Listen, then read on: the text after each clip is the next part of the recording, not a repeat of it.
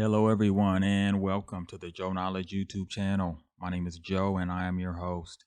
And today, once again, we're talking K-State men's basketball here. K-State wins again. Okay, 65-57. Big win over Oklahoma State at home and stays undefeated, 4-0 in the Big 12, 15-1 overall. I think this is the best start K-State has had in a long time. And this team is special, guys. This team is special. It's still early, I know, but what this team has been able to do is special. Brand new coach coming in, being able to do this. Feel good story with Keontae Johnson and his comeback after being out for almost 2 years. This is a feel good story. If this team can continue on this run, guys, this is huge. We'll see how it goes, but we got the game here, got some highlights going. Low scoring game this time. K-State had been scoring quite a bit in the last 3 games. So the last 3 games average a little over 98 points. This game only gets 65. So this is more of a defensive game. Oklahoma State is more of a defensive team. Their theme is really to slow you down. They're really trying to play in the half court with you. And you could tell that that's kind of how this game played out. K-State was again able to hit some huge shots. You can see from the stats, percentages were down, okay?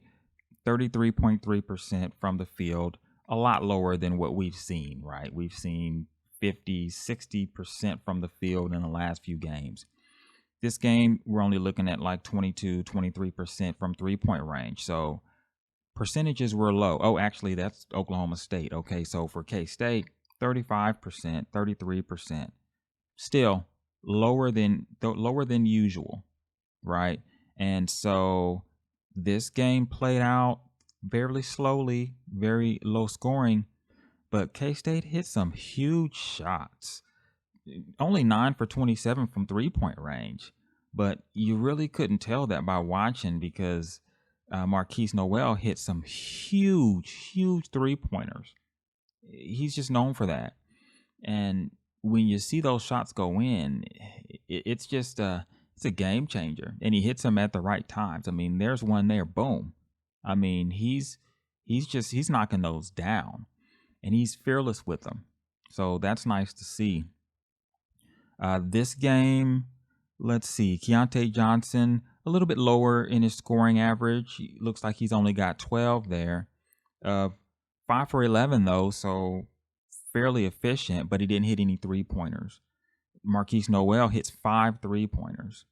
So 5 for 10. So he's knocking those threes down. I love to see him shoot them because they're always super deep. He's like at the logo shooting them, and he makes them. Always the timing is impeccable when he shoots them though, and he makes them, because it's always a time when we need some points. Maybe the other team is making a run, and he just steps back and hits those threes in people's faces. It's just ridiculous. Okay. Tomlin didn't have a great game, but he's in there. He's hard-nosed defensively in some of those games where he doesn't score. I think he's really needed in the middle to kind of be more of our shot blocker type of player, and he does that pretty well. Looking here at the game flow, fairly close game. I think K-State made some pretty nice runs there in the second half to maybe take a lead, but then Oklahoma State came back. I think you're going to see that in the Big 12. It's going to happen every night. I think every team is capable to make runs, and they will. Every team just has to be able to weather the other team's run. I think you just really have to be able to do that. Let's see. Who's going to beat K-State first? That's a good question to ask. Teams aren't going to go, I don't know, nobody's expecting this team to go undefeated in conference play, okay? So someone is going to beat this team. The question is who? Who's going to beat K-State first? I think it'll be interesting to see who does and how K-State responds to that first loss. I think that's key. Hopefully they're better for it. I think most teams, it just depends on the character of the team. Again, but I think this team has such a high character. I can't imagine that Jerome Tang is not going to get this team super, super ready to play after losing a game, right? And really it's going to be a learning experience for them. I think it's going to be huge. I think it's going to set the tone whenever it happens. Next 4 games are pretty extensive. We've got, let's see, 3 ranked teams. Three out of the 4 next teams that K-State plays are ranked. All right, next up is TCU at number 17 at TCU. It's going to be a tough game. TCU is a tough team this year.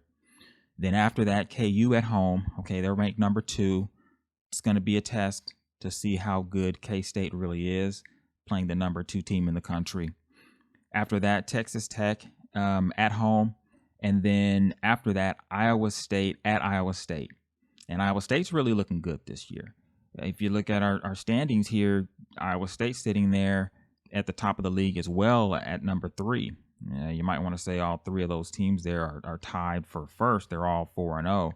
Iowa State's pretty good start this year, sitting at 13-2 overall. And then the first team that I named, TCU, sitting there at number 4 at 2-1. So the next 4 games are going to be key. It started the league with 3 ranked teams and, maybe a slight break with Oklahoma State. And now we've got another stretch here with another 3 ranked teams out of the next 4 games. It's going to be very, very interesting to see how K-State responds to this.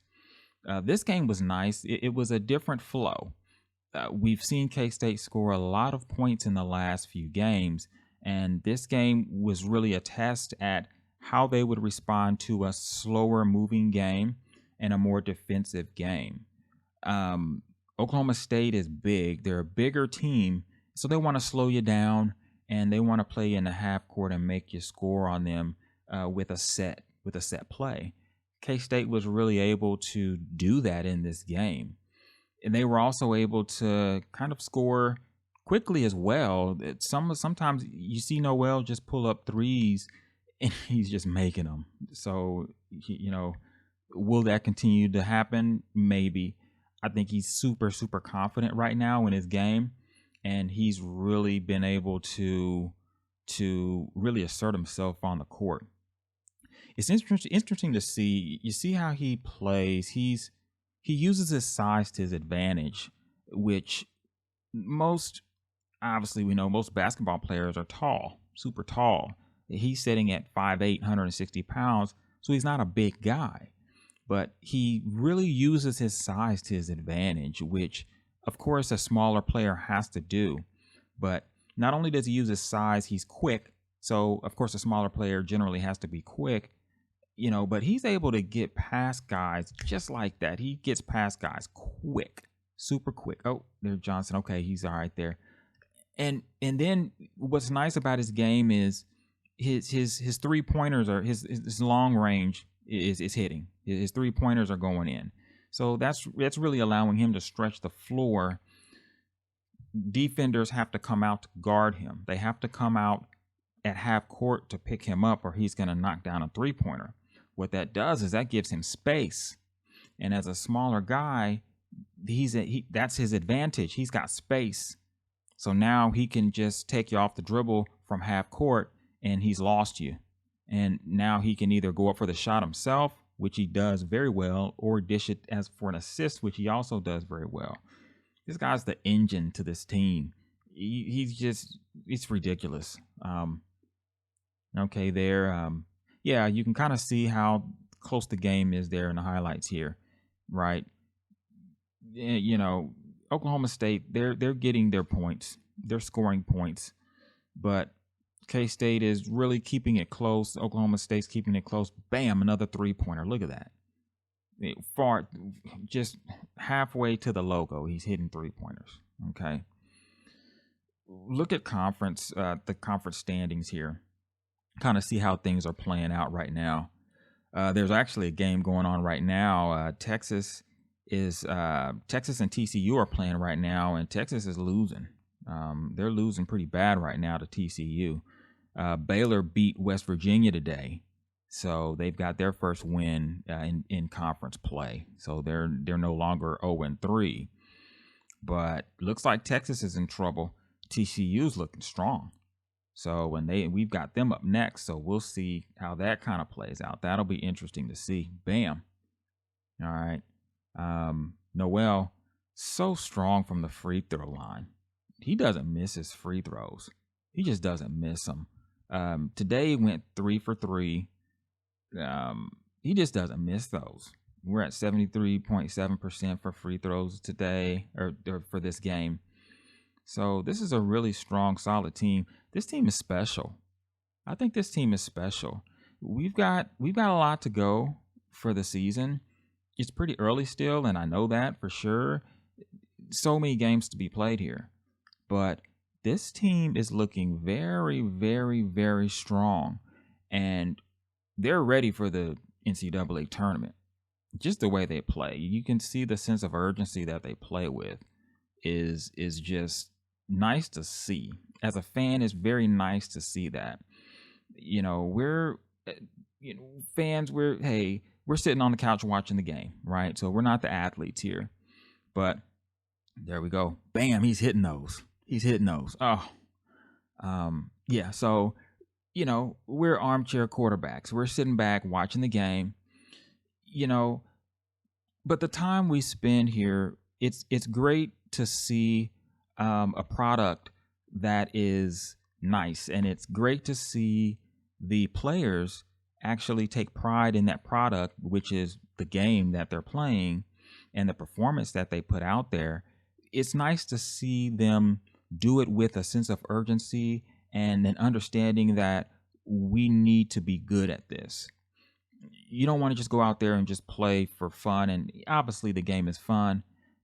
It's somewhat business as well. You want to win the game. It's competitive. It's work involved. I see this team working, and as a fan, that's awesome to see. You want to see them work. You want to see them actually play the game to win, and this team plays the game to win. You can tell. Just that sense of urgency that they have.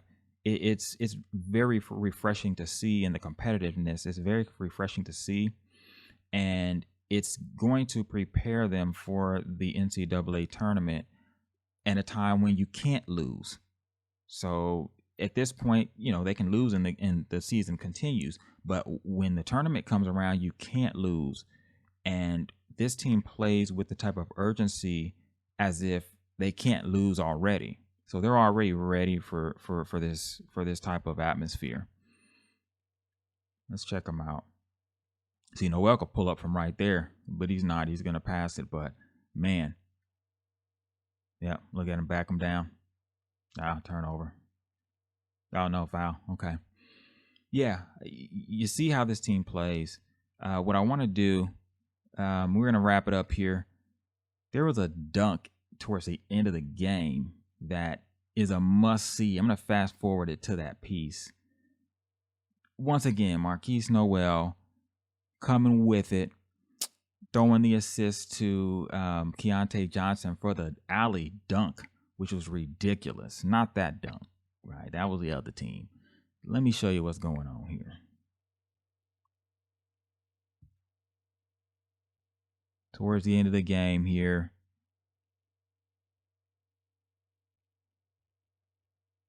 we'll let it play out. Yeah, so you see Oklahoma State's making a run here towards the end. And like we always discuss, teams are going to make runs. It's just a matter of time. But K-State was able to keep this one together, which was very nice to see. It just shows the character of the team. I think it's right here.